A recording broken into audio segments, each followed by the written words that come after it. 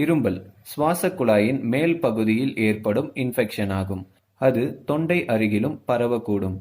இந்த நிலையில் தொண்டை பகுதியில் ஒருவித இரிட்டேஷன் இருக்கும். அதை நமது உடல் வெளியேற்ற மாற்படும். இருமல் இருப்பதால் தொண்டை பகுதியில் நீர் போன்ற திரவம் வடிவதைப் போல தோன்றும். தொண்டை மீண்டும் மீண்டும் சரி செய்ய தோன்றும். குரல் மாறும். இரும்பல் அதிகமானால் சுவாசம் கஷ்டமாகும். வாயில் கசப்பு சுவை ஏற்படும்.